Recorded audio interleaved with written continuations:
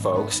In the chat, I dropped the link for the handouts and for the presentation itself. I always encourage people to go back and to view things afterwards. The handout itself, it's multiple pages. It's actually best, not just printed out, but it's best digitally because you can click on the links that are in there and continue your learning. Sometimes it's a link to a book, sometimes it's a link to a website. Actually, with this one, with this class, it's more like linked to like resources and actual sources of chickens locally. Of course, Tractor Supply and stuff like they've I was just at Tractor Supply today and I saw chicks there and I was like, oh my God. I had to stop myself from getting more. You find that it's a bit of an addiction because you love them so much that you just want to add more to your flock and more to your flock. But to be fair to them, you have to say no sometimes, or many times. You have to just keep walking and not add into your flock because you don't want to stress out the birds. Let's dive into stuff. So let's see. I do have chicks in the room because I did get chicks this year. And yeah. So, we'll eventually take a look at them. They seem to be settling in. So here, well, I'll switch. I got that, like that little, there we go. It's like a, what is it? Like a live webcam kind of thing going on. So they're all chilling out in there. And let's go back to me. And we'll go back to screen sharing. Okay. Yeah. So feel free to pipe up if things aren't looking right. But yeah, I'm going to move my own little face around, get adjusted. It's been a while since I've done a Zoom, which is good in the sense of like, I used to teach by Google Meet and Zoom as a teacher. So you should also know my background. So I'm a high school teacher, but for 18 years, I taught middle school. So like, that's definitely in my heart. I've been teaching for 20 years. And at the school that I started a school garden with, we called it the farm at John Winthrop Middle School in Deep River because man, we had an orchard and we had tons of raised beds. And the two things I kind of could never get the administration to approve were chickens, because they were always worried that something would come in and kill them and, traumatize the students, and bees, well, because of bees and bee stings and stuff. They did have a point though. It's worth saying right off the bat that like, if you keep chickens, you may end up accidentally killing them. Or having them die. So a lot of this is to give you some best practices of what to do so that you have some realistic expectations. I'm going to go into slideshow mode. I think one thing just to show you is the handouts. The handouts have links within them. I'm going to just glance at this every now and then, but for the most part, if I don't hit something on this and you are on the side or like, hey, you didn't talk about blah, blah, blah. Can you go ahead and toss it in the Q&A and make sure that I talk about it? So yeah, I teach a whole bunch of other classes. I'm pretty much done for the spring. All of these classes get taught again in the summer, in July and August. My last class is this weekend. It's a beekeeping class, April 1st. But it's sold out, so I wouldn't be inviting you to come check that one out. But many of these are available on demand. Groton definitely has some of these that they stream on their YouTube page for free. Check them out. But they haven't bought all the classes yet, so some of them are available on demand. Oh my God, my flock. So the pictures in here, they're of my chickens. You'll notice that there is no grass. That's because wherever you keep chickens, they will scratch, they will, dig up the earth. They'll get a little muddy. They're going to poop all over the place. Dedicate that spot in your yard to just know that they are going to make it like bare earth. We will talk a little bit about free ranging and all, but a true free ranging where you are moving them in like chicken tractors around your yard, it's a tough thing to do. And I did do that for some time. However, it's a risky thing as well, because as you are moving them around, there's exposure to predators, and I did lose some. In fact, like nearly my whole flock one day. But we'll get in there. So, all right. Love these birds. Okay. So, all right, one slide here, not a lot to look at, but this is what I want to talk about is a typical day, a typical year. How much is involved in this?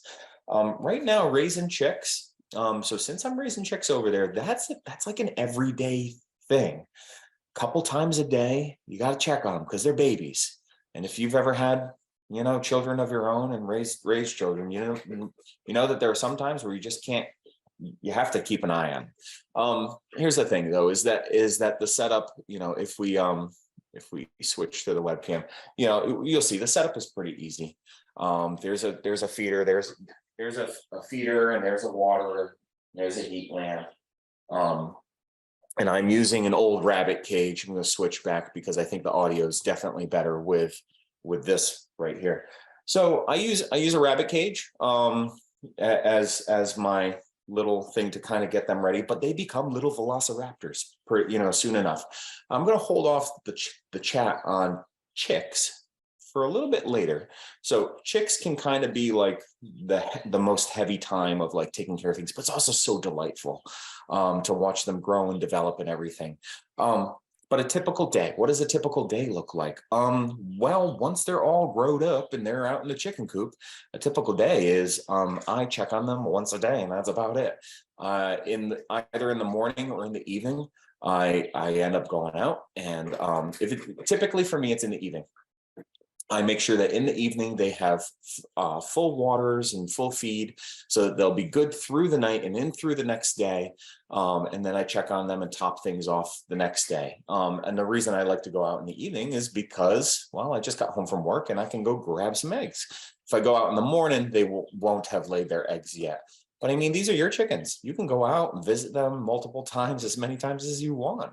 My kids are out there like all the time checking in on them. But the maintenance, it's like 5 minutes would be a lot. Even to fill the waterers, if they were completely empty, to fill the water and the food, I don't even think that would take 5 minutes, just the whole thing. But so a typical day, 5 minutes a day. All right, but it's also a delight. A typical year now, well, that's a little different. Every now and then you got to clean out the coop, so we'll get into ordinances and stuff like that. You should know your local ordinance. There are some places in Connecticut where it's a little more urban, and you have to register your flock, and you can only have so many. We'll talk. Well, we kind of are talking about it now, so I might as well say it.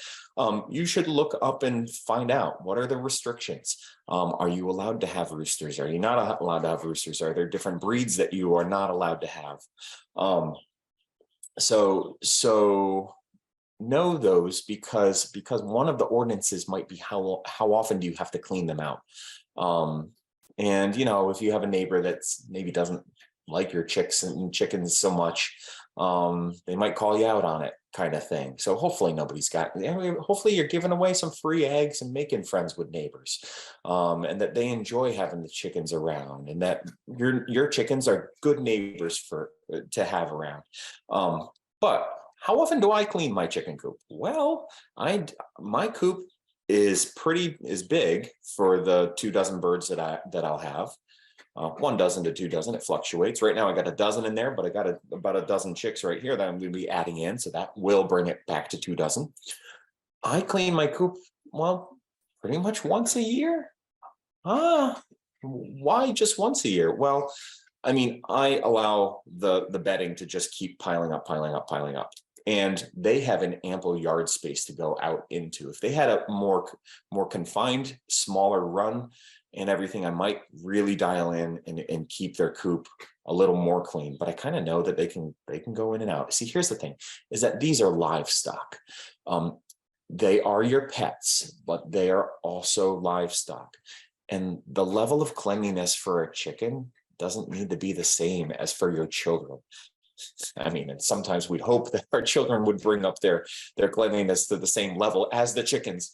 But my point is that I know we really can't have like poop on our hands and stuff like that. But here's the thing, is that the chickens, one chicken will poop, the other chicken will go peck right at it. They're disgusting sometimes. Their gut, their internal digestive system is completely different than humans, and how we digest and how sick we can get. They really can tolerate some different conditions. I want you to keep your coops clean, but I also want you to hear that, like in mine, I can do a deep bedding method, which I don't necessarily talk about in this one, because in order to do that, you really need a big coop. You need something the size of a shed, and most people don't have that. So I don't really talk about that so much. Anyway, let's get back into what is a typical day, a typical year. So the typical day, every now and then you're going to have a day, you're going to have a weekend where you got to clean things out, and that might be once a month. And chicken poop is very potent for fertilizer, but it's also so rich that it'll burn plants and stuff like that. So one thing to know is that you have an awesome prime fertilizer here, but you got to compost it first. You got to let it mellow out. For me, in my garden, what I'll do is I'll clean the coop out once a year, and I'll spread it out in the fall over my garden. And in that way, I'm not necessarily composting it, but what I am letting it do is let the nutrients kind of work their way into the soil while nothing's growing in it, and I'm not going to kill any plants. Let's see. So I did right here say the word observe. We're still on one slide, man. Don't worry, things get going. All of these are just to help remind me of things to talk about. So observe, what does that mean? Every day when you are checking on them, you should walk the perimeter. And you should look for any scratching on the outside. Is something trying to dig and get on the inside? Because if something was trying to dig last night and you notice it today, if you didn't notice it today, tonight might be the night where it gets in. And maybe you need to stop everything that you're doing, and you need to mend that fence. You need to do something, and we'll talk about fencing and all that later. Or maybe you didn't realize that, one of the hens died. See, if you're observing and you're looking around, you'll find those things. Maybe a hen doesn't look so well and she might need some attention.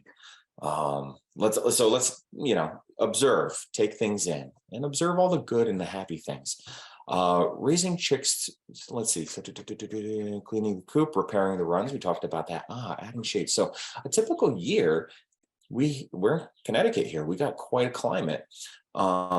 Throughout the year, we've got some really hots in the summer, we've got some really colds in the winter. Your coop needs to be able to handle all of that. Your run needs to be able to handle all of that. So we'll get into run and coop designs later. But one of the things that in a typical year that you might be doing is you might be adding a shade structure. Now we'll talk low shade, not something high. I'm not talking about building a roof over the run or anything. I'm actually talking about something low, close to the ground that they can just scoot under. Why? Because they're prey animals. And as a prey animal, they don't like to go up into things as much as they'd like to scoot in under things. And think about chickens. They tend to not fly so much. They tend to use their legs. And so low shade in the summer gives them some good cover that makes them feel comfortable and also keeps them out of the sun. If we think about, let's see, raising chickens through the first eggs, that is in here. So let's talk about it. A lot of people are going to get chicks in the spring. And through the first eggs means through until they finally lay eggs. So if I get chicks, I have chicks now. When are the, and it's let's see, it's late March. So we put a timestamp on it for anybody who might be watching this later. So it's late March. What is it? The 30th, might as well be April. Let's call it April. But, so I've got 11 chicks here, and we got them last Friday. So they're about a week old. When will they be ready to go in the coop? When will they lay their first eggs? When will they get their first feathers? So right now they have downy little feathers and everything. Ooh, let's get one. Okay. Oh goodness, she does not want to be separated. Okay, this is an Orcana. She is called an Easter egger. She will lay greeny blue eggs. I know, honey. I know. See, I don't want to disturb them and bother them. This will probably be the one time I do, but it's to bring, let's see, if I stop screen sharing, here we go. You see her little downy feathers? I know, we should give you a name. All the kids have named them already. I know. I know, it's okay. So these little fluffy downy feathers need to be replaced by true feathers. Okay, we'll put you back. See, she's away from her flock and anxious. Enough with that.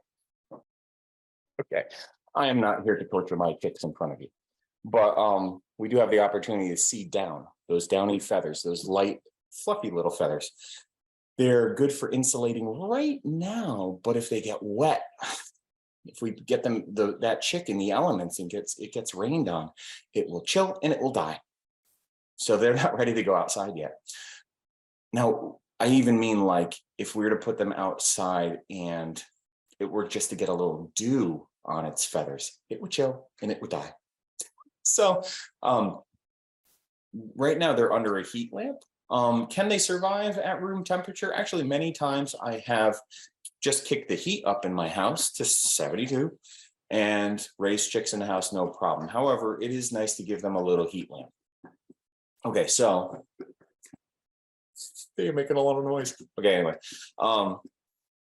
when will they be ready to go outside? They'll be ready to go outside when you start to see their first set of feathers come in. You'll know it.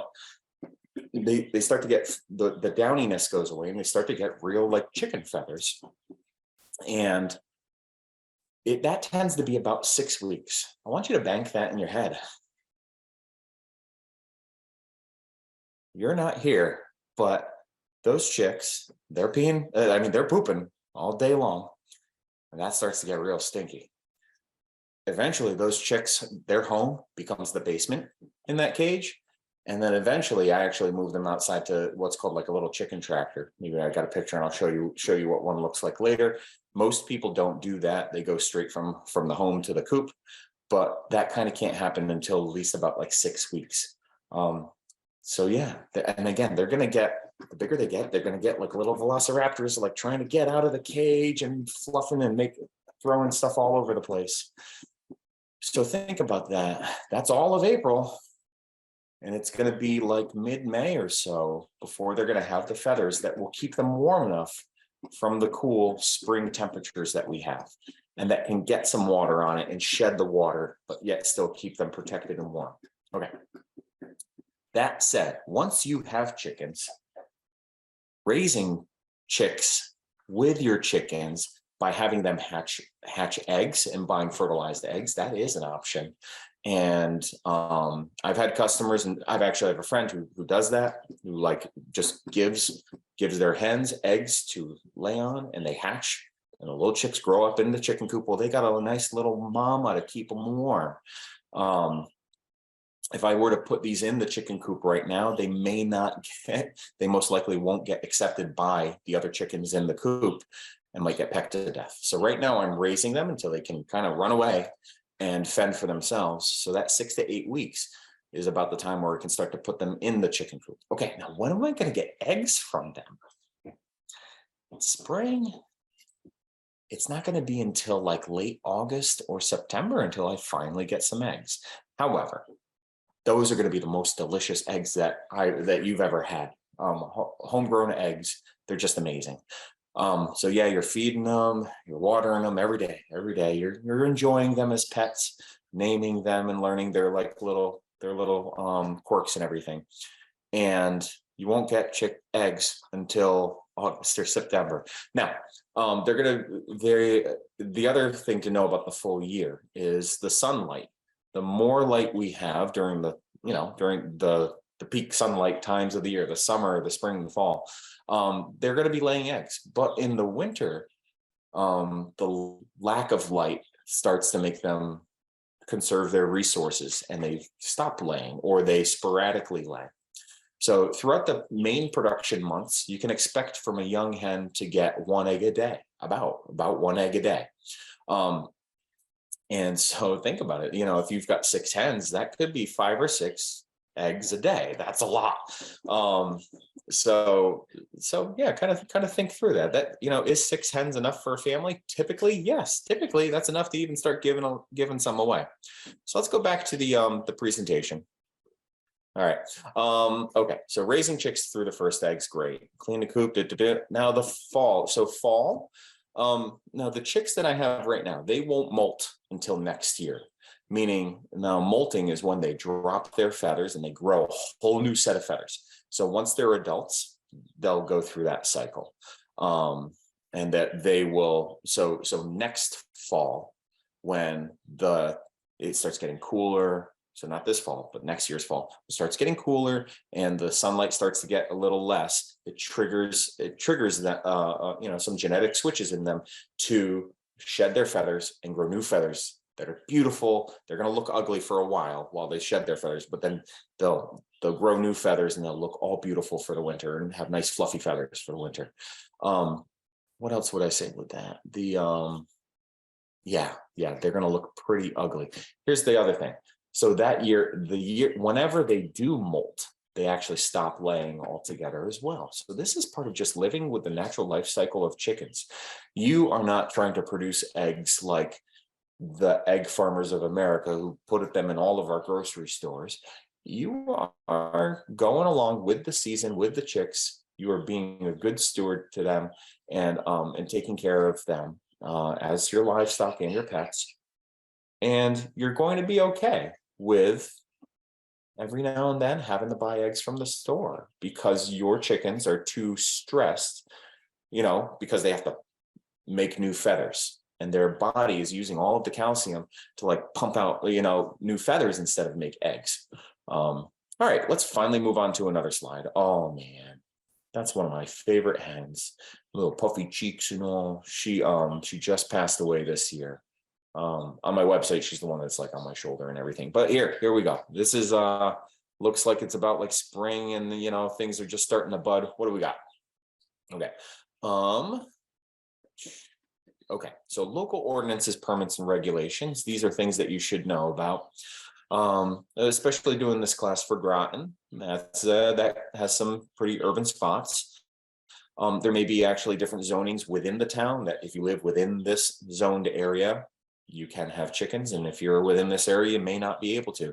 So there might be setbacks. So if you don't know what these are, it's just to explain what they are. Setbacks means the coop, the structure, that everything that involves a chicken must be set back from a property line a certain amount, or set back away from a house or an existing structure a certain amount, or set back away from a wetlands, a swampy spot or a stream or whatever.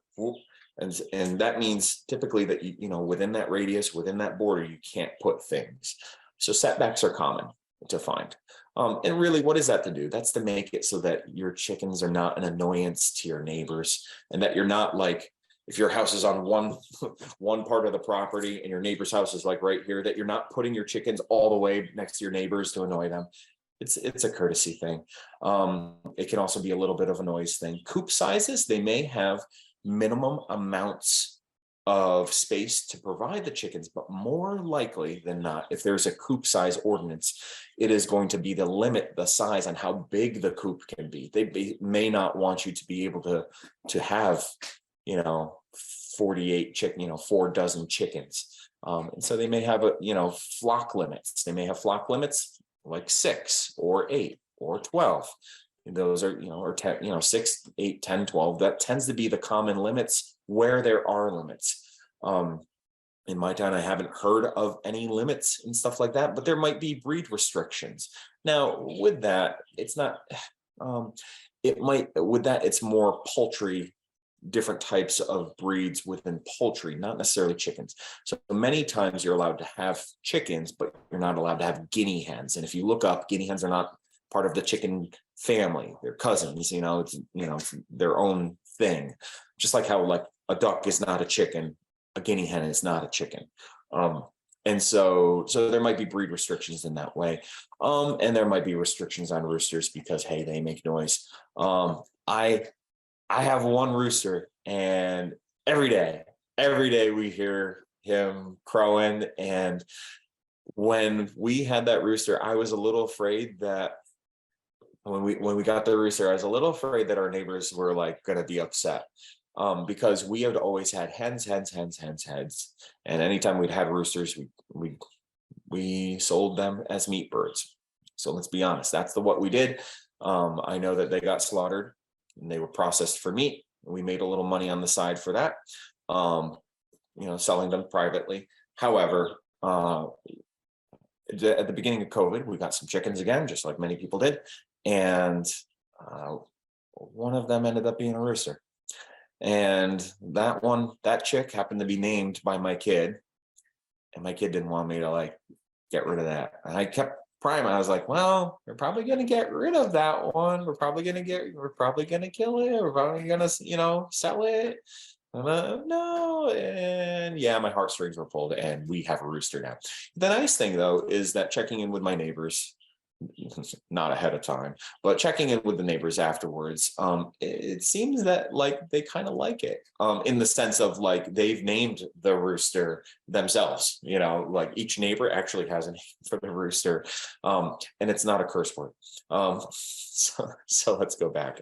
So what do we got as we keep going through? More chickens.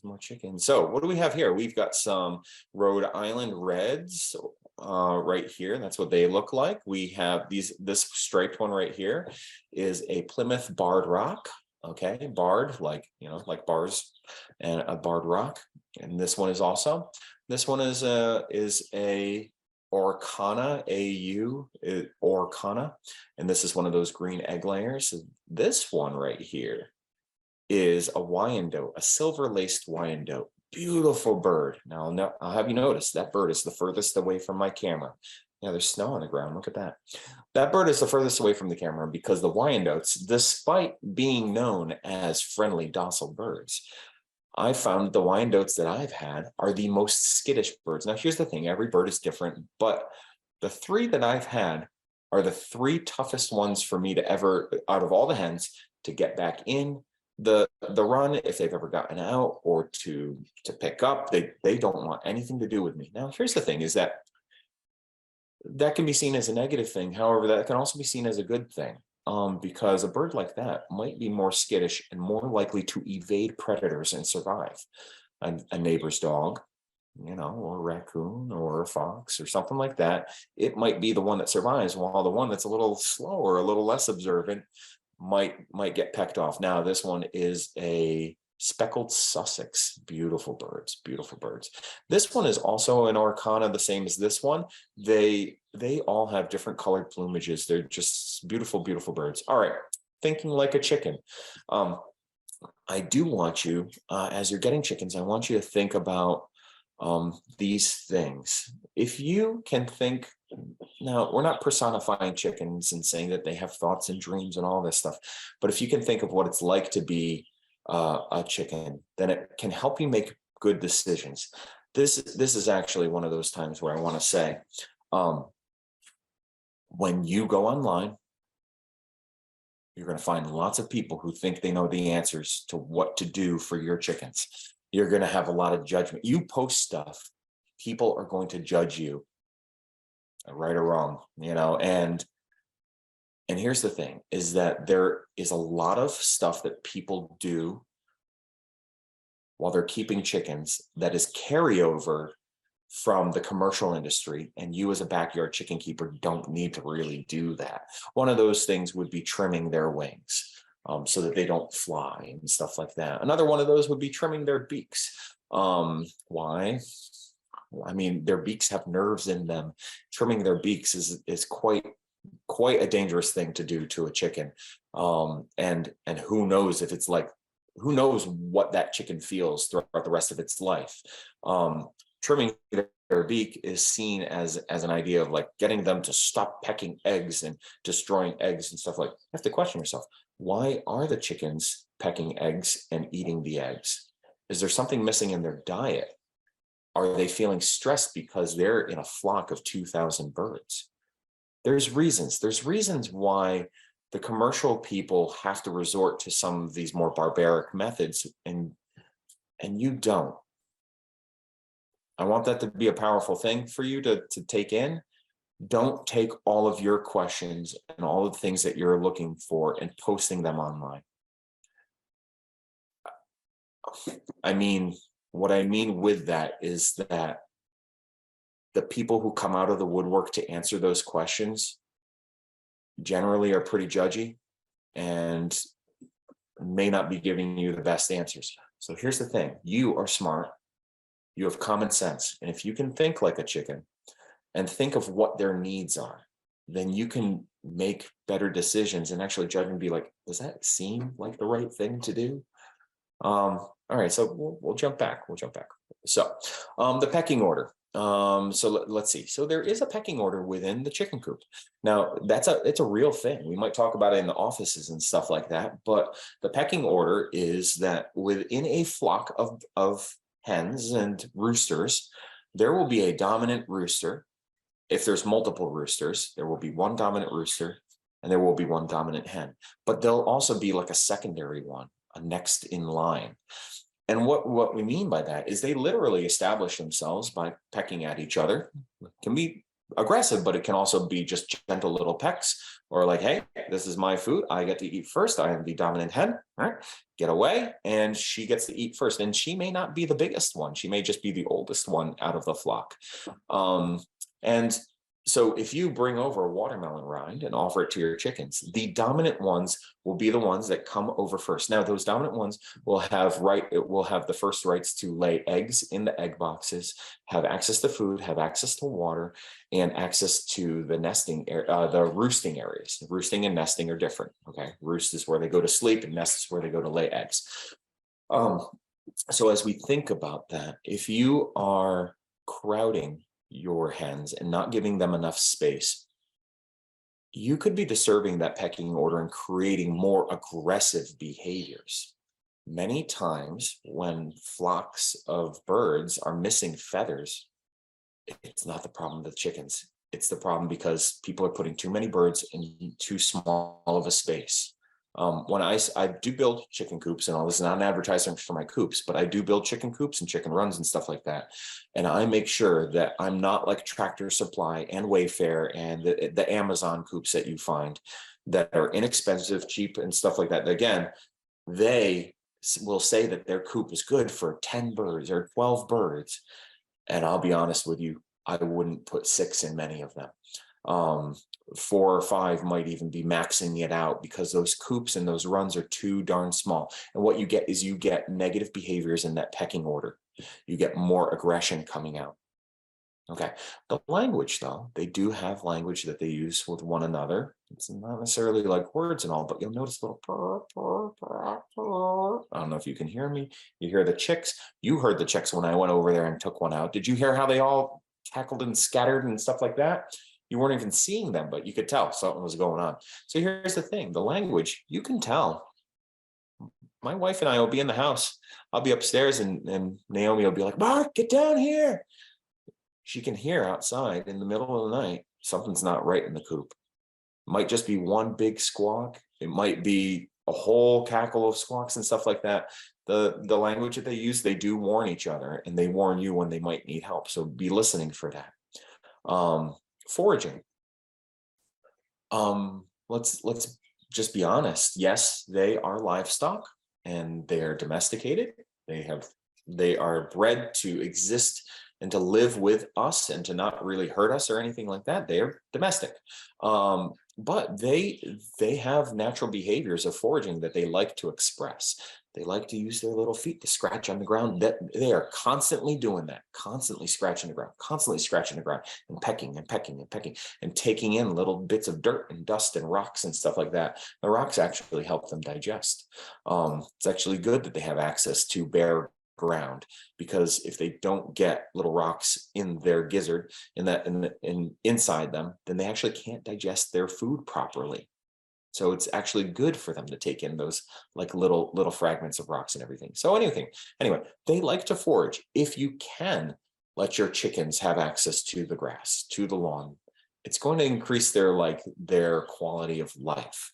Now that doesn't mean necessarily leaving them out all day. Free ranging can be something that you do in the evening. You come home from work and you know that you can stay outside with them until the sun sets.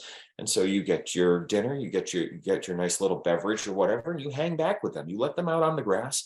And why by sunset? Because naturally around sunset, they will want to go back to the chicken coop. They will want to go back to their roosts. And if they don't want to, you can always put your arms out like that and slowly walk towards them and kind of push them, just with your presence back towards the coop. So foraging is something they like to do. Roosting.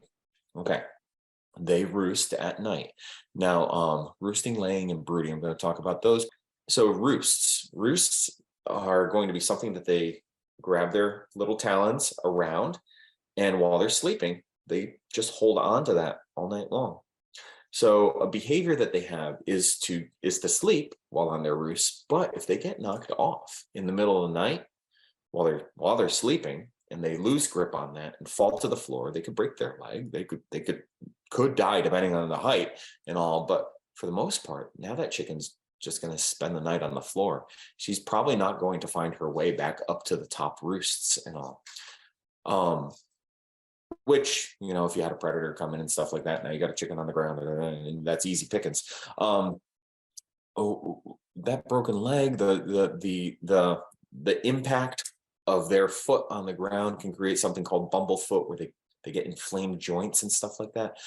Again, these are problems and signals of poor coop design or overcrowding. If there's not enough roost space for them, they will fight for the roosts, and whoever's at the lowest end of the pecking order will end up on the floor or end up falling to the floor.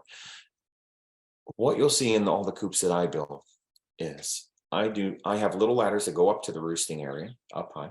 Okay, but I don't have multiple levels of roosts. That's poor design. Okay, multiple levels of roosts are, well, they're for people who don't want to build little ladders to help them get up to the top. Because if you build levels of roosts, well, each level helps them kind of hop up to the next level. But what will happen is they will fight for that top level, and it'll constantly every night be this like little battle of them getting up and trying to get to that top roost to get off the floor. What I found is that my nights are quiet and calm because I have a grid of 1 foot by 1 foot grid of roosts of boards, little 1 by 1, 1 by 2 boards in all directions up at the top of my coop. And by having that, there's no fight for the top. Keeps them up off the ground, and it gives them lots of little places to latch onto for the night.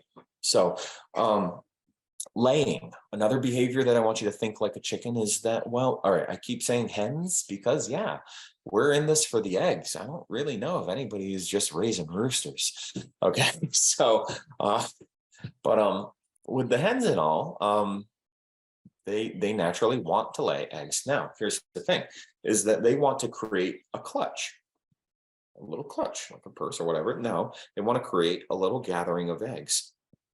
Now, how does that happen? You're taking their eggs every darn day. So here's the thing, though. If you're taking their eggs every day, what they're likely to do is that if you have a nesting box here, and here, and here, and here, multiple nesting boxes for your dozen birds or so, they're all going to lay in 1 or 2 boxes because their desire is to see, oh, somebody just laid an egg here. I will lay an egg next to it, so that the community of hens, one of them will sit on that egg and incubate it to hatch. Now we come along and we go, my eggs, and then and disrupt that, which is fine and all. But what I want you to hear is that their daily preference is to rebuild that clutch of eggs. And so here's the thing, you don't need to have, a lot of the times you'll see recommendations online, and this is where, and you'll have people who pipe in and say, well, you need a nest box for every 3 hens that you have. So if you have a dozen birds, you need, well, a dozen divided by, you need 4 nest boxes. No, it's not true. I have a dozen birds, and I'm going to have 2 dozen in there laying. I have 1 nest box. Throughout the whole morning, what they will do is they will take turns. Now, here's the thing, though. That nest box is not a foot by a foot, which is the general recommendations. Why is it a foot by a foot? Why has it got to be so small when the chicken's only that big? Because that's a leftover carryover from the idea and mindset from the commercial industry that wants to maximize the number of birds in the nesting areas. They don't want to have a single egg laid on the floor. They want to make sure that every hen has a place to lay an egg, and that they can bring that to market. So you can't wrong them for that. That's good thinking. It's frugal and everything. But the backyard chicken keeper, because your hens want to make a clutch, you don't need to worry about that. And so I would experiment with a couple nesting boxes. in different locations and find out where do they like it. And then, and then maybe that's the one spot where you kind of keep a nesting box. They will tend to not want to lay eggs near the floor, and they won't tend to want to fight each other for a spot. So actually making the nesting box, instead of 12 inches by 12 inches by 12 inches as a cube, if you make it 18, 1.5 feet by 1.5 feet by 1.5 feet, make it bigger, that's actually room enough for 2 hens. Why 2 hens? Because the clutch that's created, a hen will stay on that clutch. And when one hen comes over to lay eggs, she will move over, let the new hen lay an egg on the clutch, within the clutch, and then leave. And then that hen will go right back to sitting on those eggs until you come along and take them away. Okay. So doing a lot of talking, everything, doing a time check. Woof. All right. There's a lot to think about. How long can you leave the eggs in the coop? The thing is that, like, yeah, you can leave them in there for a couple of days, but like in the summer when it's hot and everything, you want to get them every day. And bring them in, wash them. People are going to be like, don't wash your eggs. You're washing off the protective layer, the biofilm on them. I'll be honest.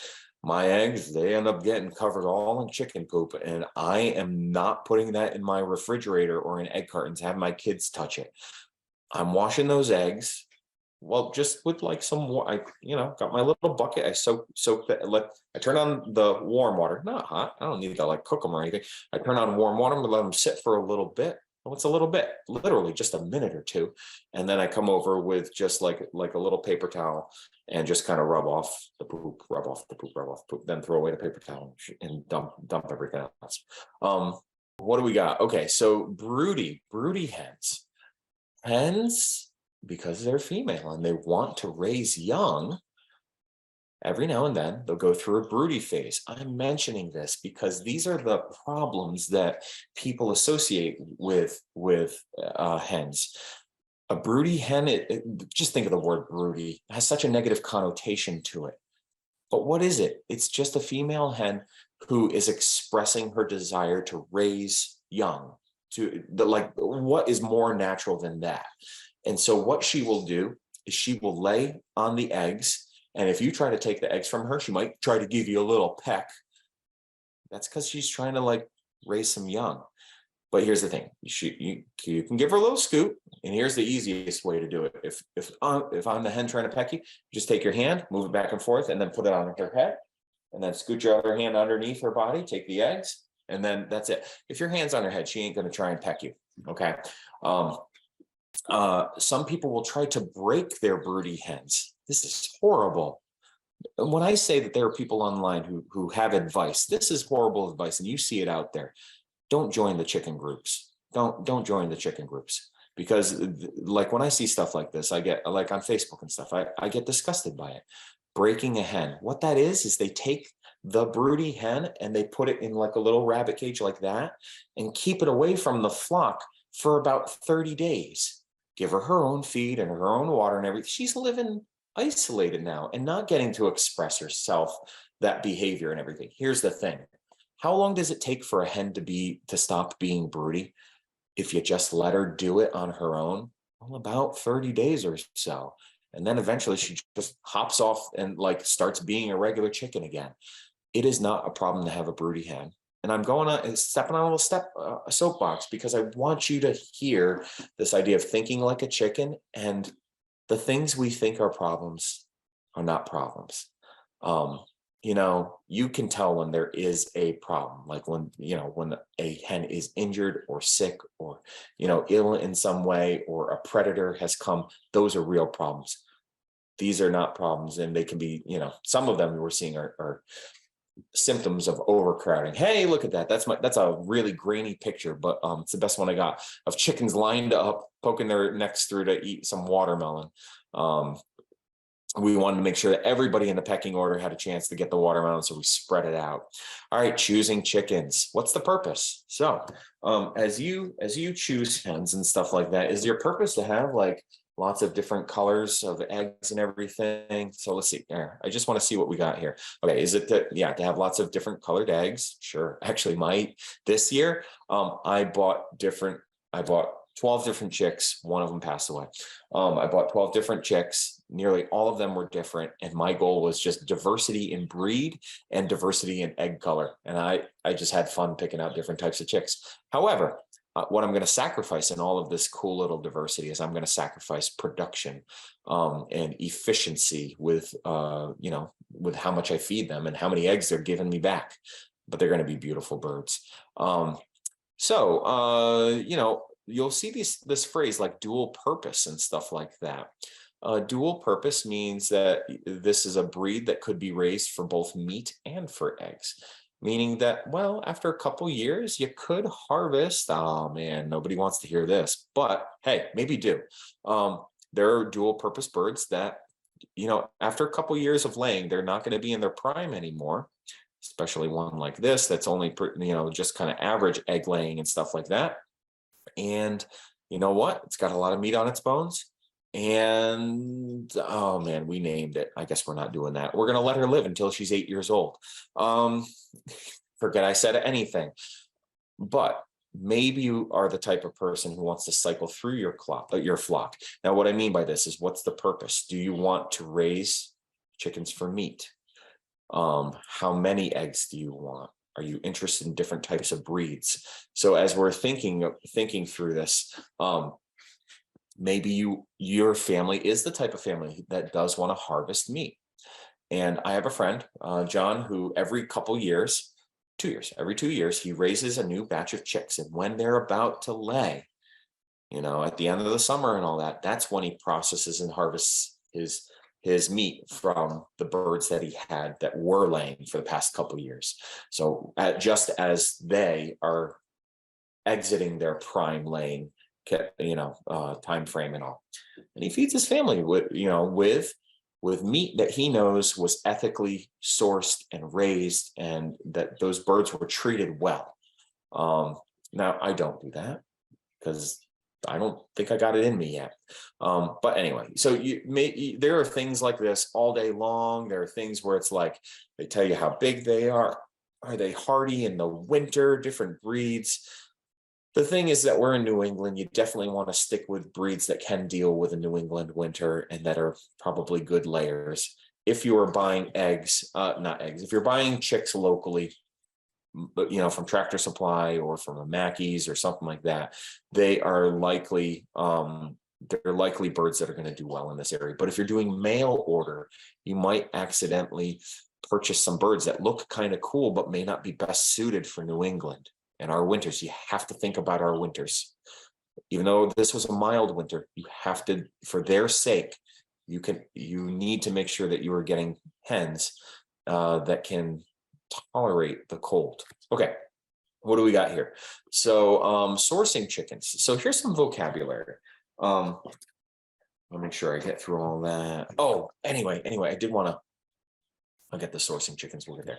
I did want to tell you what are some of my favorite breeds of hens. I love my buff Orpingtons. Buff Orpingtons. They're kind of like a light brown color. I love my Plymouth Barred Rocks. I love my Orcanas. What I found is all of those birds, the Buff Rocks, Orcanas, and the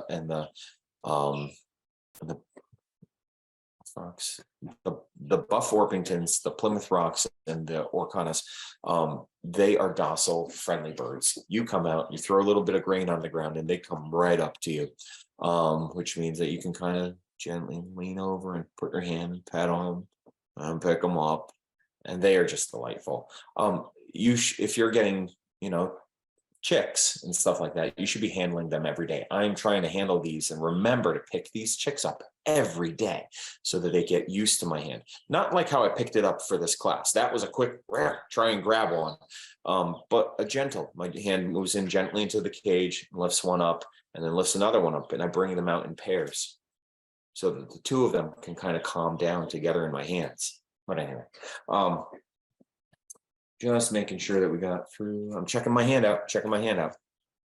Sourcing chickens. Okay, so you can get chickens as eggs and you can incubate them and hatch them. You can get them as chicks, and we'll talk about sex chicks, unsex chicks, straight run, and sex linked chicks. We'll talk about all that vocabulary. And we'll also talk about pullets and cockerels, hens and roosters. So you can typically acquire chickens from any age, from egg all the way up through a laying mature adult. So as we go back to it. So thinking through things. So yeah. So here's our vocabulary. Adolescents are called pullets. The females are called pullets. So if you see that, if you go to marketplace and you're searching for pullets, what you're doing is you're bypassing the chick stage, and these are chickens that are not ready to lay, but are past the baby stage and can go straight out into the coop. Some of you are going to hear that, and you're going to be like, "Ooh, that sounds nice. That sounds nice." For me, I like to raise the chicks young and everything. Cockerels are immature. So if somebody's selling cockerels, you ain't going to get eggs from them. But, somebody might be selling cockerels and maybe you want to raise them for meat. And then hens and roosters, those are the mature adults. Sex linked, sexed and straight run. When you get chicks, these are the terms that you're going to see. So if you go down to Tractor Supply and you see straight run, that's a roll of the dice, my friends. Straight run literally means the eggs hatched, they took the chicks, they shipped them, and they sent them out. And we don't know what the heck they are. I mean, we know what breed they are, but we don't know whether they're male or female. Straight run means straight run. Now, I once got 5 chicks straight run from a local breeder. And I brought them home and we raised them, and we're like, those 4 right there, they look a little taller than that one. That one looks like a little red. No. It turned out that those 4 were going to grow up to be roosters. And so, we raised them and then we sold them to somebody who slaughtered them and ate them as meat. But we only got one hen out of that. And we were only able to add 1 hen to our existing flock out of that. We thought that we were going to, okay, so straight run is a roll of the dice. You don't know what you're going to get. And if you have zoning issues where you're not allowed to keep roosters, you really shouldn't get straight run chickens, because you're going to get a rooster in the mix. Think about it. It's 50-50. It's 50-50. All right. Now, sex linked and sexed. Okay, sexed means that when the chick hatched out of the egg, there is a human that flips that chick upside down. You can watch Dirty Jobs. Google Dirty Jobs, with Mike Rowe, Dirty Jobs chick sexer. Don't worry, it's a safe search online. You're not going to get called out at work or anything. And you're going to see a guy who flips the chick over, checks its cloaca, and then tosses the chick aside as male or tosses it aside as female. So they're specially trained, people who that's their job. And it really is within the 90 some odd percent range. When I've gotten sexed chickens, they are nearly always female, except for that coat. Remember that one rooster I was talking to you that we keep? That one was a sexed Brahma chicken. Oh, beautiful. Brahmas are beautiful.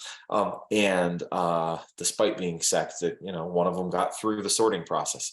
All right, sex linked. I think I got pictures of what sex linked is. We'll wait for that one. That's a really cool one. All right, but eggs, you can hatch your own. Okay, I'll be honest. I've never personally done it.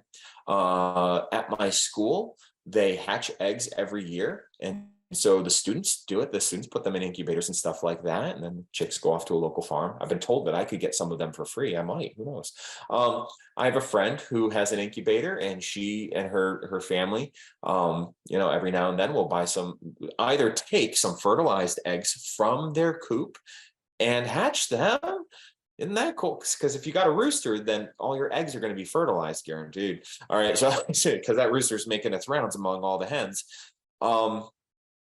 And yeah, so look at the price here. This would be a one-time purchase for some of these where you're incubating your eggs and everything. Most people don't go that route, but it is a neat adventure to go down that route. And I think it is in my future to eventually do that. Raising chicks. Okay. Oh, look at my kids. Oh my God, they're so small.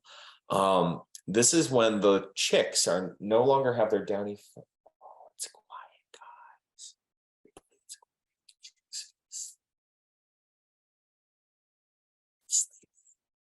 Anyway, let's move on. But So this was a different rabbit cage that I used to use. I have a rabbit in it right now, so I ain't using it for chicks. But I used to put a rod across to give them a little roost. You got a feeder here and a little waterer here, and man, do they throw wood chips all in that, and you get all upset because you got to keep cleaning those shavings off out of their food and out of their water every day, multiple times. You're like, what the heck? Stop it! But it's okay. So 1, 2, 3, 4, 5, 6. It looks like 6 were there. Yeah, raising chicks from the beginning, it's a fun thing. My kids have memories of that. That's a different set of 6. Those are Rhode Island Reds. 1, 2, 3, 4, 5, 6. Yeah. And so you see we got like a little waterer here. Looks like this one might be a hanging one from the top. And they got straw here as their bedding. And oh, too many screens. Let's go back. There we go. Okay. And okay, sex-linked chicks. What is a sex-linked chick? It is a cross between 2 different breeds. So like a Plymouth Barred Rock and a Rhode Island Red. And visually, when they hatch out, they have a visual cue as to what sex they're going to be. It might be feathers. The feathers on their wings might be longer or shorter. It might be like this, the little color on the top of their head. Those are black sex-linked chicks. These are, I think, the gold sex-linked chicks. Look at them, different coloring right out of the egg. So right there, males, females. Right there, males, females. So there's a high. It is like foolproof when they cross breed like that the offspring have these sex-linked indicators. Okay, time check. Good. Okay, so when I look at my clock, it's like we're within this like half an hour. We've done a lot of talking, but let's look at some setups now. So this is a setup for raising. I want you to see the heat lamp that's here. It is on metal. It is not on wood. My heat lamp that's over there is just attached to a chair, and it's on one side of the cage. So this is a beautiful little setup here with easy access that somebody built. Nobody's buying this in the store. Somebody built this from scratch. It's here. It's in the presentation. You can look at it and make one for yourself. A lot of wood went into this. I think you can make one with less wood, but this is a beautiful setup. Anyway, this side, I want you to notice how there's screening here to allow fresh air to come in through the top and through the bottom. And there's a warm side and a cool side. You always want to have that.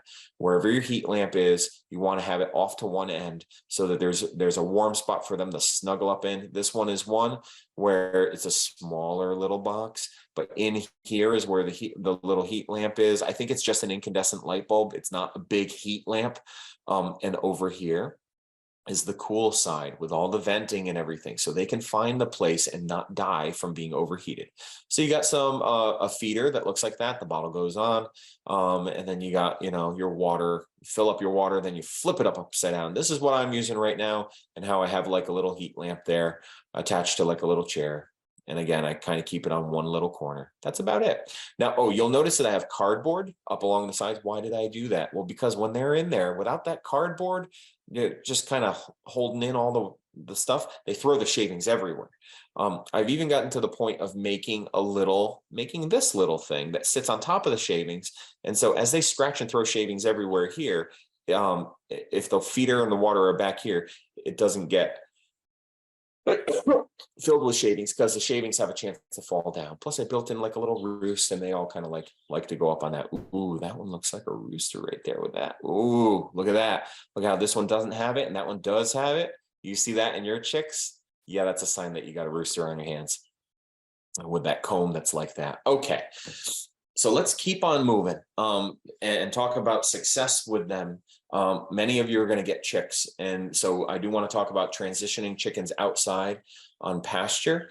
You can go directly to the coop, but I do let my chickens mature and adjacent next to my permanent coop so that the birds all get used to one another before I put them in. There's the risk that if they're not old enough and they can't run away, that they could get pecked to death by one of those dominant hens or roosters. Okay. What I like about this is that it helps them develop skills when I'm raising them on grass and everything. It reduces their stress levels because that they are like a little flock that, is getting used to each other. They are learning things. They're learning how to forage and how to eat bugs and how to eat blades of grass. They're also getting all those nutrients from all of that grass. It keeps them socialized with the family. So with my kids, keeps them socialized with my kids because they're separate from the chicken coop, and it's easy for us to talk to interact with the chicks before I put them in the big coop. So this is after their feathers are out. They can go outside, but I do a temporary home before they go in the final coop. Most people don't do this. But I am kind of teaching best practices. All right. So this is something that if you can do it, do it. It gives them protected pasture. And that protected pasture helps them grow up a little bit stronger, a little more vibrant. This is what I'm talking about. This is like a little A-frame coop where there's like a little drawbridge that drops down, and they walk right down here and they go outside. And my daughter was here changing the water with me. And we'll just see another couple pictures of these. There we go. And every day I would move this, I'd pivot this and move it to a new piece of grass. And this is where they'd go up top and they'd rest up at the top at night. And see how they have their new feathers here? Still a little bit of downy feathers here. It might be a little soon for me to move them out, but they're getting used to the outdoors. Now, let's see. This is a different design. So this is one where there's like a little hutch here. And so this is one that, it is one that I build and I sell on the side and stuff like that. But you can easily make something like this. This is another one. Now, this one, I want you to go back and forth with this. This one, the fencing, the diameter on it is small enough where the chicks can't get out. But on this one, I made it with some wider fencing, and the chicks just walked right on out, right through it. So I found that I had to wrap it with some chicken wire as well. So the welded wire held it in as a sturdy base, but the chicken wire was zip tied on in order to keep the chicks inside.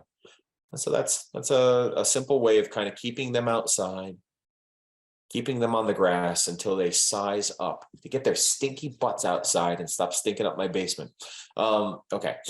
Housing chickens permanently. So as we think about a chicken coop, I already did talk about free ranging. So, but you can have something called a chicken tractor, which is like the design that I had there, might involve wheels, might not. I no longer build them for customers because they are hard to engineer to last through the years. Picking that structure up and putting it down and picking up, putting it down, picking up and putting it down and wheeling it around. That structure kind of can't be made out of wood. It's really got to be like with stuff welded together, really heavy design, almost actually moving it with a real tractor so that it can stand up to that daily movement. So I no longer do that because I had heavy losses.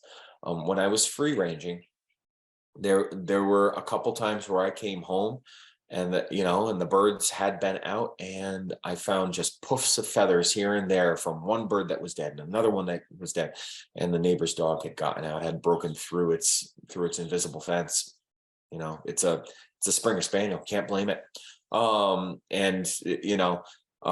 never confronted the neighbors over it or anything like that, but there really was nothing else in the behavior of killing them and kind of burying them and stuff like that it kind of screamed neighbor's dog. I never witnessed it, but you wouldn't get like a broad daylight attack like that from a fox. You wouldn't get a broad daylight attack like that from a coyote. So it was highly likely that it was the neighbor's dog. Anyway, so we do want to focus on permanent coops and runs. Now, I'm a big proponent of building a run that is so secure that you don't have to worry about opening and closing your coop.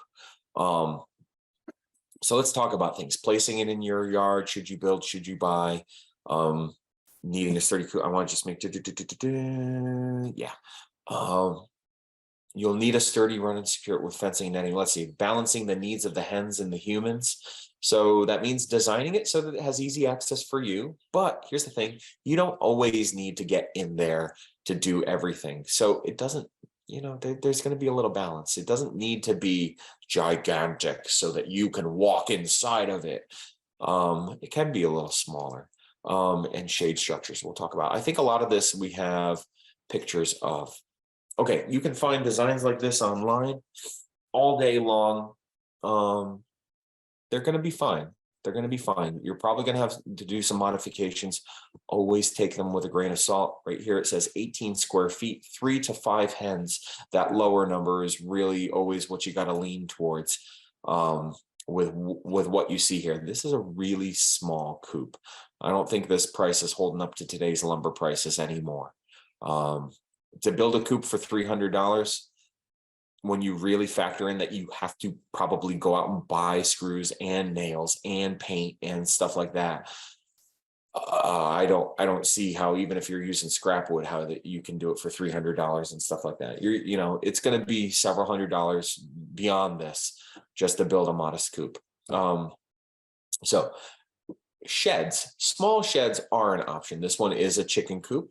Let's see, what does that say? Pine Creek Structures. This is out in Plainville, Connecticut. I was delivering a chicken coop, and this is one that they had already had. Look at the one level of roosts. That's good design. We got some windows in there with some screening on them.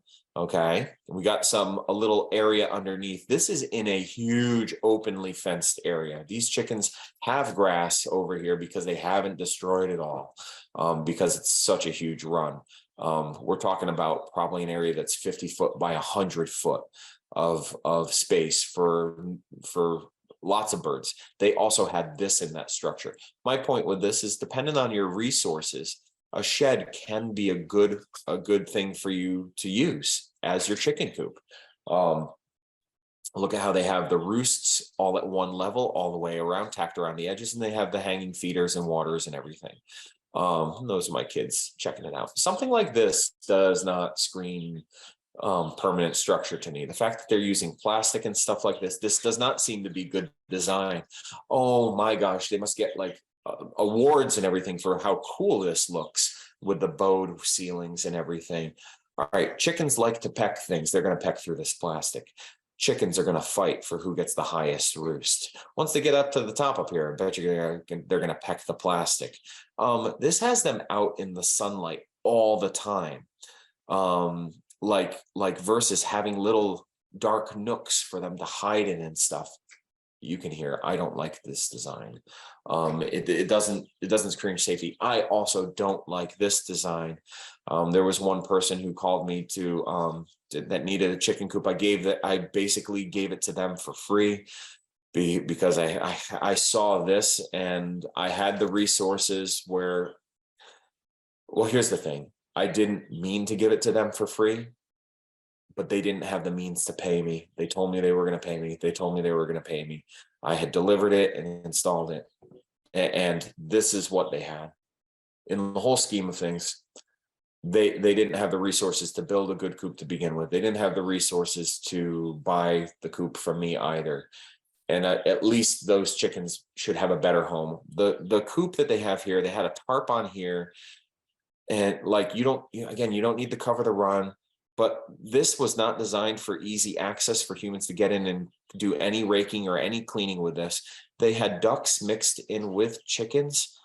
That's gonna be a mess, because ducks make a huge mess. Look at like the matter that's here, that's all matted up and everything. It's just, there's just so much. My chicken coop doesn't look like this because, well, I don't have mixed flocks. I don't know. There's a lot that I could keep saying about this. Don't be that person. Don't be this person. I've already talked about the Wayfair coops and stuff like that. And here's the thing. Yes, it's $400. Look at how big that hen is and how big that hen is. Those are two full-sized hens. And this is the only space they have for the rest of their life. This is ridiculous. Don't do this to your flock. Don't buy this $400 coop. Build your own. Find somebody who builds one.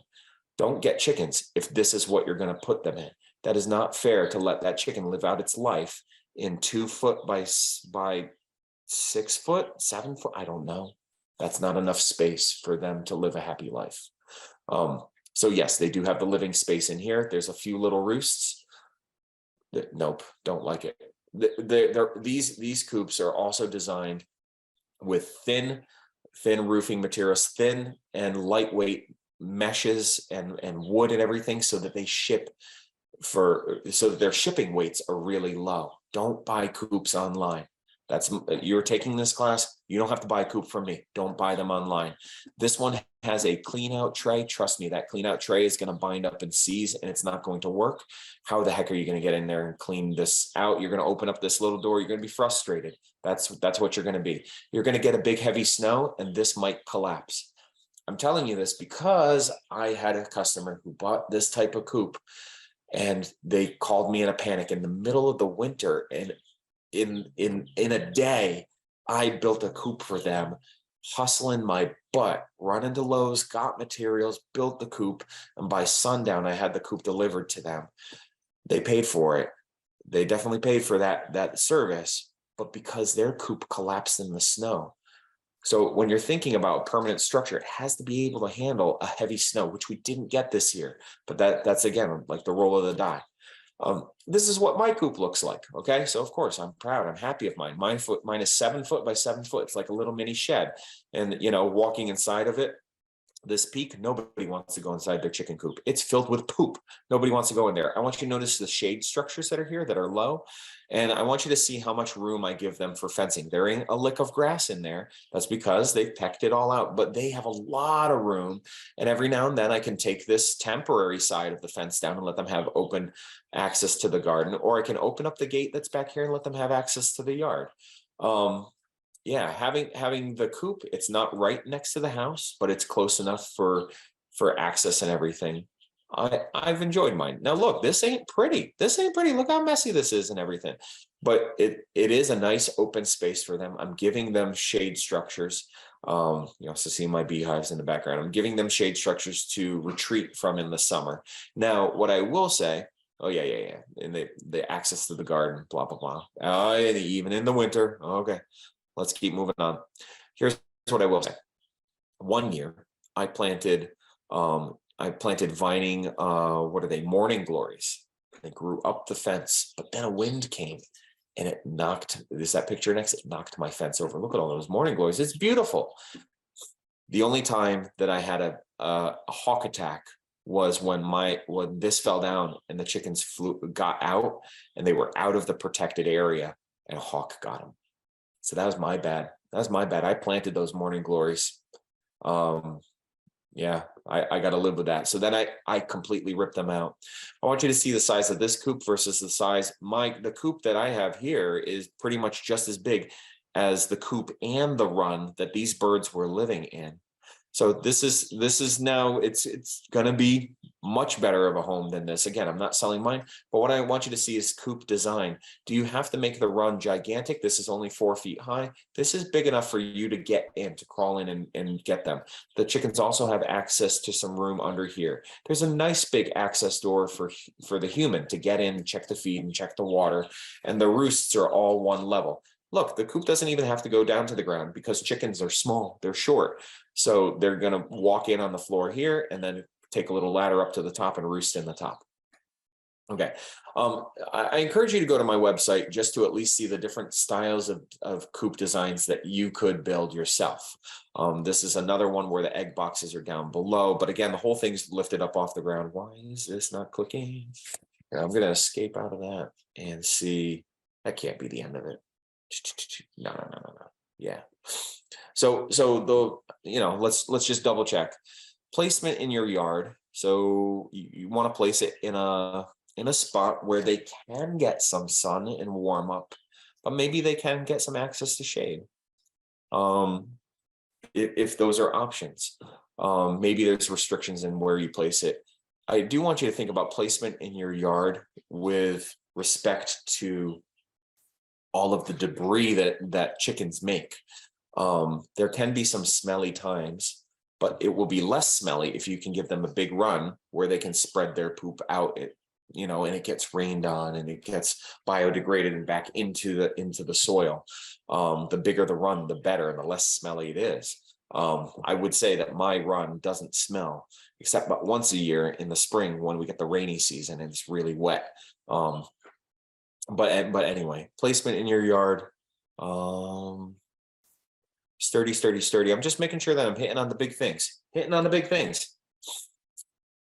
fencing. Now, we didn't necessarily talk about fencing, but we are talking about a coop and a run. They need both of those. Okay, so what we're doing is we're seeing a menu of different coop options. Let's see. Oh, I wonder if I have one. Oh, that's it. I had one picture on this, which is stopping me from seeing all the other pictures. This is somebody who, so here's the thing. I used to build, and I still do. I build runs that are tall enough for you to walk into and that have roofs on them. I'm trying to push people away from doing this. When I look at it, it does look nice. It does look nice to have a nice tall run and stuff like that and have a roof on it. It does provide shade. I do want you to think about, here's the thing, is that this one is bolted together with this one. It's also bolted together to the coop and everything. But if you don't build this right, and we get a hurricane type wind, this thing's flying off. But if it was just fencing over the top or netting over the top, well, then maybe you got some ripped netting. You just need to replace the netting versus the whole thing getting ripped apart. Never mind hurricane winds, but just strong winds and everything. Just think about it. I definitely like engineered this the best that I could. I don't want a customer coming back and saying, it's, you know, my chickens are everywhere. And it's broken. Can you come repair it?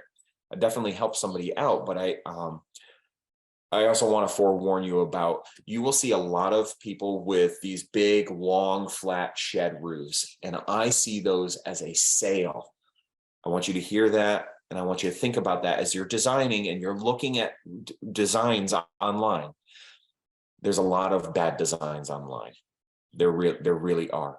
There's a lot of designs where it's like somebody came up with this neat idea, but it may not be the best idea. So you may be looking at like a shed style coop, you know, windows, a little access door for chickens to go out to a run. Hold on, why is that one showing up twice? This one has nest boxes down below versus up top. I prefer to have them built up top, but this customer wanted them down below just for the access and everything. The wheels come off and everything. Yeah, so think about heavy doors and everything. Yeah. My kid hopping in here, they should be able to, like, the structure should be able to support some weight. This is a chicken tractor, kind of like what I was talking about. I no longer make or market or sell these. Again, I talked to you a little bit about it, but this is what it would look like if you're moving them around every day. There'd be like a little drawbridge that pops down, and you'd want big honking wheels and something that, can help you move it around. Okay, so this one has a vent built in. Now, this is because the customer wanted a vent, because many coop designs have vents in them. So if you're using asphalt shingles, absolutely, you're gonna have to build in some vents to let fresh air in all winter long, all summer long, all the time, okay, because of the noxious gases that are produced by their feces and everything. But with metal roofs, there's enough of a gap all the way here and in the peak that you don't need a vent like this.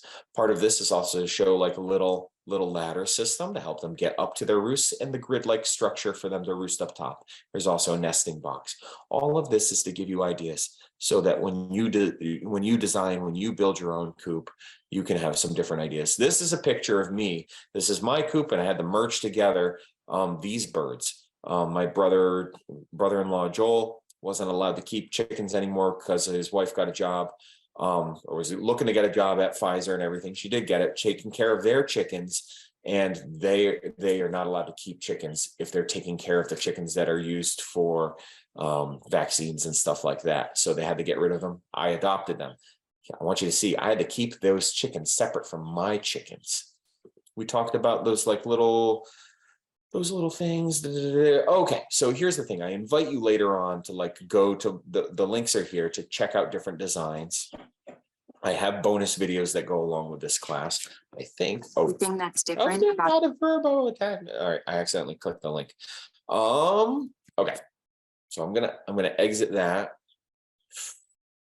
and there we go. We got a few more slides. I'm looking at the clock. I'm gonna keep going. I'm gonna keep going if we can, and go over the hour and a half, because this is for you. I want to make sure that we talk about things that we should talk about. And this would be a time where it's okay to put stuff in the Q&A. We do have a few more slides. as I'm just looking over my handouts. Okay, we didn't talk about materials, so I want to stop the screen share, and I do want to show you some materials. Okay, feeders and waters. Okay, so feeders, I highly suggest that you invest in metal feeders and waters. There you go. They're basically good. They are going to rust, but they're basically like going to last forever. You will find that your chickens will age long enough that you're going to burn through the plastic ones, and they will break within that first season. And then you're going to have to make an emergency trip to go get another feeder, another water. Just invest in the metal ones if you can. Okay, so that's a feeder. You just put the feed in and it creates a little thing there. I also suggest that you keep your feed in a metal trash bin, because rats can become a problem. Once you have chickens, you have feed around. It can attract rats and stuff like that, especially if you're leaving the feed out. Okay, waterers. Now, the one exception for a waterer that might be plastic would be a temporary heated waterer. Okay, I don't use this anymore, but this was a lifesaver one winter, because what I was doing was I had a little plastic water, another little plastic water, and every day I'd bring one water out and take the frozen one back inside to let it thaw out. And then when that was, and then when I came home from work, I take the one out and I put it in, I bring the other one in to thaw out. So in the middle of winter, your waters keep freezing. It's a pain in the butt. And that 2-water system is a pain in the butt. So I got this one, but this one is one, it's perfectly fine. You got to run a wire out to your coop and everything. But what I found now is that we have metal. If you have a metal water, you can get a metal heated base that heats the water from the bottom, and then you can just pick that whole water up to go bring it to the spigot, fill it up, and then go bring it back. You got 5 gallons of water. Boom, boom, boom. Materials while building the run. Okay, chicken coops. A lot of people don't necessarily have questions about making the chicken coop because it's a box with a door on it. You got to make a box with a door for the humans and a box and doors for the chickens. Okay, fine, we get that. Now your run and everything in fencing materials. All right, here's 3 fencing materials. Okay, the one in front of my face right here, that's the one that you want. Okay, this is welded wire, and it's 2-inch by 4-inch gauge welded wire. Chicken can stick its head out through that. All right, so maybe if you've got the worry that a fox could come by and tear that chicken right through the fencing, which I've had done, maybe in those areas nearest the coop, you also zip tie onto this fencing some chicken wire. Chicken wire is not sturdy enough to use on its own to fence in your chicken coop and everything. The gauge of the wire, you can just look at the thickness of the wire, is much thinner. And as time goes on, this will rust and develop weak points. This will rust and develop weak points. You're gonna, with all those online warriors, you're going to hear people talk about, hardware cloth. You have to make your run with hardware cloth, blah, blah, blah. It's very expensive stuff, but it's also thin diameter, thin gauge. Again, I want you to see the side by side, how thick this welded wire fencing is compared to this. This, when it starts to get rusty, raccoon can break apart these little weld points on it and work its way in there. Hardware cloth is good used in conjunction with something sturdy like this. Chicken wire is good used in conjunction with something like this. So what are you hearing me say? Use welded wire fencing around the perimeter of your chicken coop. Okay, you can buy it in a 4-foot tall roll, 5-foot, 6-foot, 7-foot tall roll, and it starts to get expensive when you get into those higher dimensions. Think about it. If you buy a 3-foot or 4-foot tall roll, is that big enough for you to walk in and check in on that coop? Yes, while you're scooting down. If you know that you don't have the back for that or whatever, then maybe you go with a 5 or the 6-foot tall. And if you run this and unroll it and just tack it to some metal or some wooden posts, some cedar posts, that's what I use. This is a very good sturdy system. This right against the ground. Do you have to go burying this? Well, you're in New England. It's hard to dig holes and stuff like that. If you can bury this a little bit, that's great. However, there's a workaround. You take chicken wire. This is 2-foot tall chicken wire, bend it in an L shape. You unroll it and then you bend it in an L shape like this against the ground, boom, against the ground and against this. And you zip tie it here and you lay it on the ground on the perimeter of your fencing. The grass will grow up through this. And if anything comes to dig on this, they're going to come right here to that edge. They're going to dig and they're going to get their little paws all ground up in this. And you didn't have to bury this at all. I want you to hear that. Why would you do this? You would do this because what it does is it adds that anti-digging protection that you want without having to dig in the ground. And I know a lot of you are going to be thinking about putting chicken coops and runs near the edge of a wooded lot or something like that, where you can't even dig because there's roots in the ground. So I want you to hear this. Welded wire, okay, as a sturdy base on metal, on metal or wooden posts. And zip ties are your friend. Zip tie this even to some metal posts. There you go. Zip, zip, zip, zip, zip, zip, zip, zip, zip, zip, zip ties. Zip ties, hardware cloth to this. Do you have to put this stuff everywhere? Think about it. The place where an animal is likely to attack your chickens, your hens, is closest to the coop itself, where the scent is the strongest and where they know that they are asleep, and that's where they want to get in. So I don't do this all around. I do this within 10 feet of my chicken coop in any direction, where an animal is likely to try and get its way in. Now, I have a video on my YouTube channel. Go check it out. And it's about these cattle panels. Okay. So all I'm showing you is the diameter of the metal for this. Look at this welded wire and look at it compared to this cattle panel. You have to cut this with bolt cutters. But cattle panels, all right, like a chicken can kind of fit its way through this. So if you use this and then you're using this, you're making like Fort Knox for your chickens. All right. I actually have upgraded my entire chicken run to these 16-foot long welded wire panels as the foundation, put in with metal T-posts. Again, this is on my YouTube channel. You can see it. Look under the chicken videos and stuff like that. It's in the resources, the YouTube playlist and everything. And then I zip tie this to the base, or in some places, I zip tie this smaller gauge stuff to the base. And nothing's getting in. Nothing's getting in. Now, if you are near an area where you have trees, you are going to have to put something over the top of this. And that's where something like a bird netting or something, so this is 7-foot by 100-foot bird netting. Zip ties are your friends. Zip ties are your friends. Zip tie this over the top and everything. In an ice storm, oh, there's my ugly hair. In an ice storm, that netting will get pulled right down and it'll all rip to shreds. But you can easily replace it. This was like a $15, $20 purchase for this at Tractor Supply.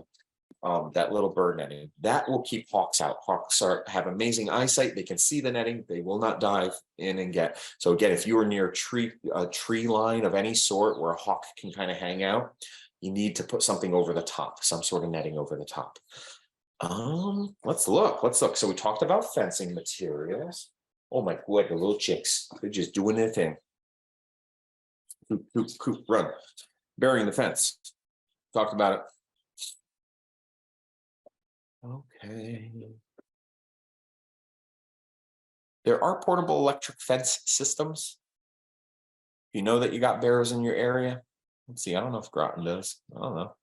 But if you know that you've got bears in the area, maybe doing electricity around your chicken coop might be a good idea. That's a whole nother thing. I'm not really going to get into it, but just know it's an option. Kind of restricts your own access to your chickens and everything as well, because then you got to turn off the fence or put a break in it. Oh, dust baths. Chickens like to take dust baths. They like to throw dirt on top of their feathers, work it all in, and they like to clean themselves that way. I've had customers say, I'm going to put my chicken coop in the run on this concrete pad that I've made for them. Oh my God. Those chickens, like, they're living their life on concrete. They don't get the scratch. They don't get the pickup stuff and add it to their digestive system, like the rocks that we're talking about. They don't get to take dust baths. That's a bad idea. Told the guy it was a bad idea. He still went along with it. He had run electricity right through it and everything. He committed to it. I was like, that's not the best home for your chickens. Okay. They are animals. They're not like prisoners. Okay. But they like to take dust baths. So you should have a sandy spot. Do you have to make a sandy spot? No. You just let them tear up the earth in their like little area. Eventually they'll get rid of the grass in one little corner. There'll be a nice little sunny corner, and that will be their dust bath area. You don't have to buy fancy like sand or anything for them. The dirt that you have is going to be fine enough. Okay.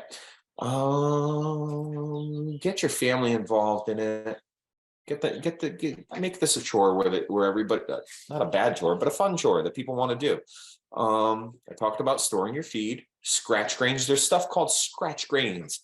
That's just basically like doggy treats for chickens. Okay, so scratch grains isn't what you're feeding them all the time, but it's kind of like some fun stuff that you throw at them, and they're like, "Oh, yay, new food!" Instead of the pellets.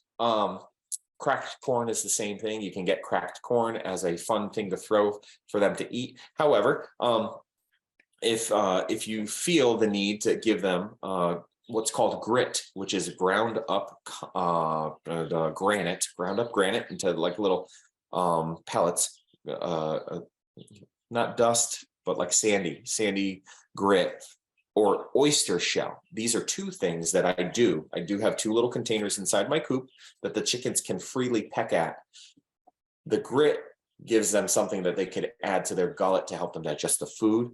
And the oyster shell helps them add calcium to their diet beyond the food, because sometimes the food is only formulated for egg production, but if they're molting, they're going to be using a lot of calcium to build new feathers. And so the oyster shell, giving that crushed oyster shell to them as an option to peck and to eat, can help supplement and add even more calcium to their diet. Today's modern grains have calciums built into have calcium built into it. Yep, we talked about gather your eggs daily, store them, clean them up. Don't be afraid to wash your eggs. Don't be one of those people. Have a chicken sitter lined up. Oh my gosh, my family and I, we're going to be going away sometime this summer, and we got to figure out who's going to take care of our chickens. We used to have a niece who would always do it, and now she's in Washington State. So have a chicken sitter lined up. It's an easy thing. Offer them free eggs. I do have somebody in mind because there's somebody who does like the eggs. I'm like, yeah, all right, maybe they'd like to take care of these chickens for a week or so. But it's a pretty easy thing to do. We talked about cleaning the coop. We didn't talk about cleaning the run. Every now and then, I like to go through the run and give it a rake with an iron rake to pull out any stuff that like food scraps that I threw to them that they just didn't eat. So that might be once or twice a year when I'm cleaning the coop. I like to also give a scrape out to the run as well. Every now and then a rock moves its way to the surface, and big rocks I like to take out of there. If your run is open and rain and stuff can penetrate, it helps to clean out your run over time anyway. If you cover your run, you're actually making it more likely to contain the poop and stuff like that and slow down its dispersal into your lawn and into the surrounding area. Makes it more smelly. Open air, open tops for your runs. Clean it, handle it. We talked about that. Dealing with a dead chicken. All right, every now and then you have a chicken that dies, and it's not in the slideshow. I'm just going back to the slideshow, make sure I touch on everything. But every now and then you have a chicken that dies. So I mean, I dig and I bury them. I did have somebody who came to one of my things and he goes, well, I like to wrap them up in a garbage bag and throw them in with the regular trash. It's like, oh my God. I mean, honestly, it's like if you were slaughtering that bird and stuff like that, you'd put its feathers, you'd put its gut and all that in the trash. It isn't the worst idea. I mean, it may not be the best for something that's considered your pet and all. But yeah. I remove a dead bird as soon as possible because they will cannibalize and eat that bird. And if that bird was sick, that could spread throughout the flock. I'm just looking through. These were some other things. We are right there. Wind breaks. Ooh, I didn't talk about, but that's not here.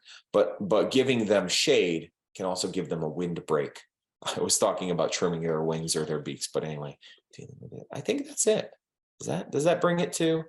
Oh, my favorite chicken, the Orpington. Oh, these are the chickens that I ordered this year. So I'll share with you. This is how we'll end.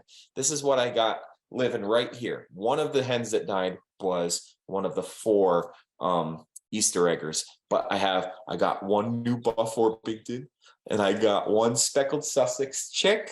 Okay, and I got, ooh, what is this? A Kookamarra that lays these dark, rich chocolate eggs. I'm excited about that one. Never had a Kookamarra. And then what is this? The Noir Marron. And so again, another dark brown egg laying chicken. And the Brahmas. I love my Brahmas. There's going to be 11, by the way. The Brahmas got these little feathers on their feet. They're so cute. I can't wait for them to grow up. But we only got 1. But we've had several before. And the rooster, the one rooster that we have right now is a Brahma rooster. It is gorgeous. That is a gorgeous fella. Oh, the lavender Orpington. Now, this is the first time that we ever got this bird. That is a cute little smoky gray, lavendery gray chick that's in there. They're all pecking along. Oh man. But we got that coming. I've never had a golden comet. I've heard really good things about it. Looks like a scrawny hen to me. But I got one. They're known for like really good dual purpose bird. Even though it's like dual purpose, I look at that and go, what meat is on that bird? I'm not eating it anyway, but it's known for good egg production. A Welsummer. I've never heard of this, but it's a Dutch breed. I got one of them. And what do we get? I got 2 Easter eggers and 2 olive eggers. Now that, the Easter eggers, these are like these Orcanas and, blue-green eggs, and these olive green eggs. One of the Easter eggers or olive eggers was one of the chicks that passed away early on. And that brings us to the end.